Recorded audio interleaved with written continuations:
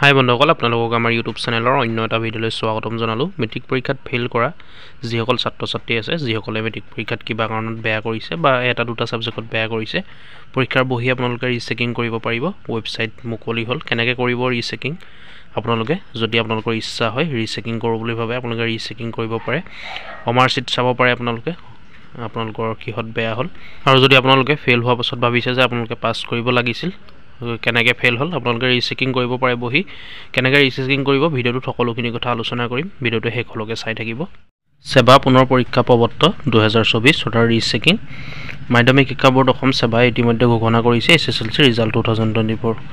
ইতিমধ্যে ৰিজাল্ট ঘোষণা কৰা হ'ল মেট্ৰিকৰ। যিসকল প্ৰাৰ্থীয়ে তেওঁলোকৰ ফলাফলত সন্তুষ্ট নহয়, তেওঁলোকে উত্তৰলিপিসমূহ পুনৰ পৰীক্ষাৰ বাবে অনলাইন আবেদন কৰিব পাৰে। ইচ্ছুক প্ৰাৰ্থীসকলে সেৱাৰ অফিচিয়েল ৱেবছাইট sevaonline.org 22 এপ্ৰিল 2024 পৰা 7 মে 2024 পৰা 24 লৈকে নিশা 10 বজালৈকে অনলাইন আবেদন কৰিব পাৰিব। দেখিলে আপোনালোকে 22 তাৰিখৰ পৰা আজিৰ পৰা আৰম্ভ হৈছে ৰিচেকিঙৰ, আৰু লাষ্ট ডেট হ'ল 7 মে ভিতৰত আপোনালোকে ৰিচেকিং কৰিব পাৰিব।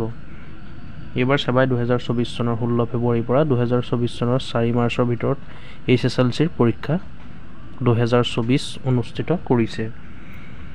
সেৱা প্ৰপত্ৰৰ বিৱৰণ পুনৰ পৰীক্ষা কৰক। পৰীক্ষাৰ নাম SSLC পৰীক্ষা 2024, বৰ্ডৰ নাম মাধ্যমিক শিক্ষা বোৰ্ড অসম, শ্ৰেণীৰ নাম 10ম মান।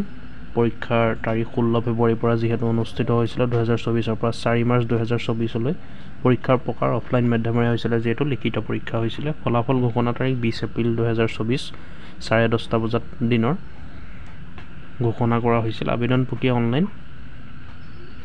অনলাইন আপোনালোকে অনলাইন ৰিচেকিং কৰিব পাৰিব। পুনৰ পৰীক্ষাৰ বাবে আবেদনৰ মাচুল প্ৰতিটো বিষয়ৰ বাবে 400 টকাকৈ আপোনালোকে প্ৰতিটো ছাবজেক্টৰ কাৰণে 400 টকাকৈ দিব লাগিব।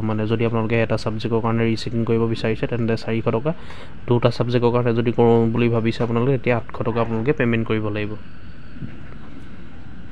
ৱেবছাইট sevaonline.org সম্পৰ্কীয় প্ৰবন্ধ সেৱা SSLCৰ ফলাফল 2024। সেৱা পুনৰ পৰীক্ষা প্ৰক্ৰিয়া। প্ৰাৰ্থীয়ে মন কৰিব যে উত্তৰলিপি পুনৰ পৰীক্ষা কৰাৰ অৰ্থ উত্তৰলিপিৰ পুনৰ মূল্যায়ন নহয়। পুনৰ পৰীক্ষাত তলত দিয়া কথাবোৰ অন্তৰ্ভুক্ত হ'ব লাগিব। পৰীক্ষকে প্ৰদান কৰা নম্বৰৰ পুনৰ মুঠ সংগ্ৰহ। মূল্যায়ন নকৰা উত্তৰসমূহৰ মূল্যায়ন। যিকোনো ধৰণৰ প্ৰাকৃতিক চিহ্ন, ভুলকৈ প্ৰৱেশৰ সংশোধন। দেখিছে আপোনালোকে, এইকেইটা বিষয় হ'লেহে আপোনালোকে ৰিচেকিং কৰিব পাৰিব। আবেদন লাভৰ অন্তিম তাৰিখৰ পৰা 30 দিনৰ ভিতৰত পুনৰ পৰীক্ষাৰ ফলাফল আবেদনকাৰীক জনোৱা হ'ব কেৱল SMS আৰু ইমেইল যোগে। আপোনালোকক 30 দিন অৰ্থাৎ এমাহৰ ভিতৰত জনোৱা হ'ব। SMS আৰু ইমেইল যোগে আপোনালোকক জনাই দিয়া হ'ব যদি আপোনালোকে ৰিচেকিঙৰ কাৰণে এপ্লাই কৰে। নম্বৰৰ কোনো ধৰণৰ পৰিৱৰ্তন হ'লে সংশ্লিষ্ট বিদ্যালয়ৰ মুৰব্বীৰ জৰিয়তে বৰ্ডৰ কাৰ্যালয়ত মূল নম্বৰ পত্ৰ প্ৰমাণপত্ৰ দাখিল কৰিলে সংশোধিত নম্বৰ পত্ৰ প্ৰতিষ্ঠানৰ মুৰব্বীৰ অৱগতিত প্ৰদান কৰা হ'ব। তেনে কোনো নম্বৰ চিট প্ৰমাণপত্ৰ পোনপটীয়াকৈ স্কুল প্ৰাৰ্থীলৈ বা আন কোনো এজেঞ্চিৰ জৰিয়তে প্ৰেৰণ কৰা নহ'ব। দেখিলে আপোনালোকে মূল স্কুললৈ বিদ্যালয়ৰ মুৰব্বী অৰ্থাৎ প্ৰিন্সিপাল বা হেডমাষ্টাৰলৈ প্ৰেৰণ কৰা হ'ব। যদি আপোনালোকে কোৱাটো সত্য হয় দিয়া হ'ল, তেনে ক্ষেত্ৰত আপোনালোকৰ স্কুলৰ বা বিদ্যালয়ৰ হেডমাষ্টাৰক জনোৱা হ'ব। আবেদনকাৰী প্ৰাৰ্থীৰ বাবে উত্তৰলিপিৰ স্কেন কৰা কপি কেৱল ইমেইলৰ জৰিয়তেহে উপলব্ধ হ'ব। ইমেইলতহে আপোনালোকক চেণ্ড কৰি দিয়া হ'ব। সেৱা পুনৰ পৰীক্ষাৰ বাবে আবেদন মাচুল।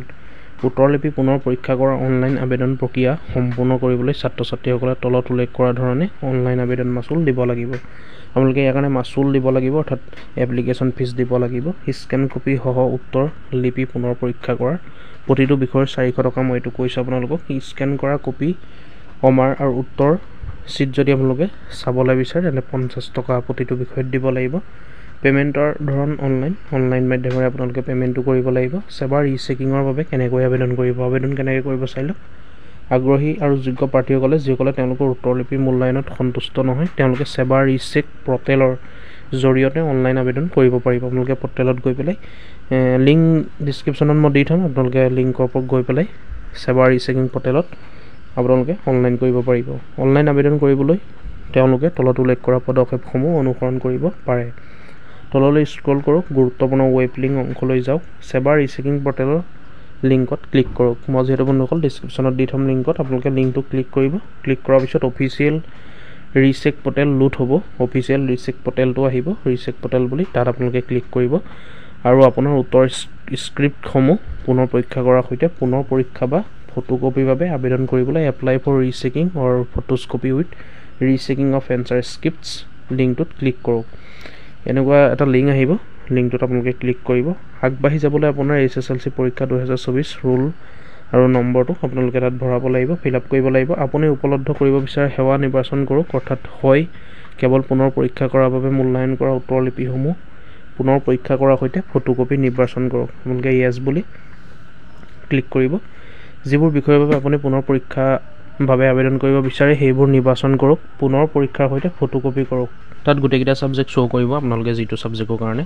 ৰিচেকিং কৰিব বিচাৰে কোনটো সাবজেক্ট আপোনালোকে সেই সাবজেক্টটোতে ক্লিক কৰিব ইয়াৰ পিছত আপোনাৰ মূল এডমিট কাৰ্ডৰ স্ক্যান কৰা কপি JPG PNG ফৰ্মেটত আপোনালোকে দিব লাগিব ফাইলৰ আকাৰ 500 KB লৈকে আপলোড কৰক 500 KB ৰ ভিতৰত হ'ব লাগিব দিয়া স্থানত আপোনাৰ যোগাযোগ তথ্য প্ৰদান কৰক বাকি আপোনালোকে তলত যোগাযোগ তথ্য প্ৰদান কৰিব লাগিব আপোনালোকৰ ইমেইল দিব লাগিব আৰু SMS কৰিবলৈ আপোনালোকৰ মোবাইল নম্বৰ দিব লাগিব আপুনি দিয়া সকলো তথ্য ভালদৰে পৰীক্ষা কৰক আপোনালোকে এবাৰ চেক কৰি ল'ব আকৌ পুনৰ শুদ্ধকৈ দিছে নাই প্ৰাৰ্থীয়ে দিয়া ভুল তথ্যৰ বাবে কোনো ধৰণৰ অপ্ৰক্ৰিয়াকৃত আবেদনৰ বাবে সেৱা দায়ী নহয় আপোনালোকে যদি কিবা ভুলকৈ দিয়ে তেনে ক্ষেত্ৰত সেৱা দায়ী নহয় কনফাৰ্ম এণ্ড পে অনলাইন বটনটো ক্লিক কৰি পেমেণ্ট কৰিবলৈ আগবাঢ়ক সকলোখিনি হৈ যোৱাৰ পিছত কনফাৰ্ম এণ্ড পে অনলাইন বুলি অপশ্যনটো আহিব তাত ক্লিক কৰিব ক্লিক কৰাৰ লগে লগে আপোনালোকৰ কনফাৰ্ম হৈ যাব আপোনালোকে এতিয়া পেমেণ্ট কৰিব লাগিব অনলাইন পেমেণ্ট পেজত প্ৰয়োজনীয় সবিশেষ লিংক পেমেণ্ট নিশ্চিত কৰিবলৈ তলত সোঁফালে থকা নীলা ৰঙৰ পে নাও বটনটো ক্লিক কৰক পে নাও বুলি আহিব তাৰপিছত আপোনালোকে তাত ক্লিক কৰিব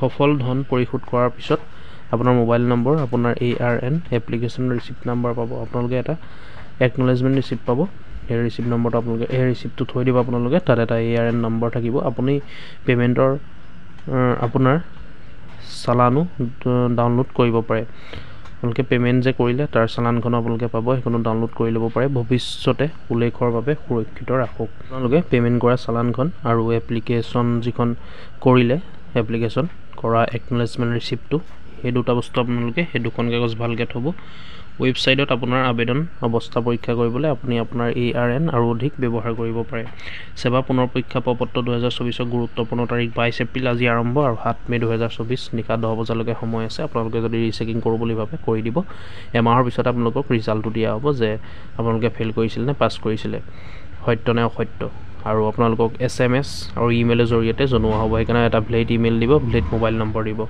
আৰু ইয়াৰ কাৰণে আপোনালোকে এপ্লাই কৰিবলৈ হ'লে মই লিংক ডেসক্ৰিপশ্যনত দি থম আপোনালোকে তালৈকে যাব ডেসক্ৰিপশ্যনত ক্লিক কৰি দিয়াৰ লগে লগে লিংকটো খোল খাই যাব আপোনালোকে পেজখনত ডাইৰেক্ট এপ্লাই কৰিব পাৰিব অফিচিয়েল জাননী অৰ্থাৎ অফিচিয়েল নোটিছ আৰু অফিচিয়েল ৱেবছাইট মই সকলোখিনি দি থম ভিডিঅ'টোত আপোনালোকে ডেসক্ৰিপশ্যন ভিজিট কৰিব সকলোখিনি উপলব্ধ থাকিব গতিকে ভিডিঅ'টো আজি ইমানেই আছিলে যদি ভিডিঅ'টো চাই ভাল পালে লাইক কৰিব আৰু ভিডিঅ'টো শ্বেয়াৰ কৰিব যাতে সকলোৱে গম পায় সকলোৰে যাতে সুবিধা হয় আৰু এইখিনি আপোনালোকে ভালকৈ চাই ল'ব মই খৰধৰকৈ কৈছোঁ কিবা থাকিও যাব পাৰে মই ডেসক্ৰিপশ্যনৰ লিংকটো দি থম ভিডিঅ'টো লাইক কৰিব চেনেলটো ছাবস্ক্ৰাইব কৰি ল'ব এনেকুৱা ধৰণৰ অন্য আপডেটসমূহ পাই থাকিবলৈ ধন্যবাদ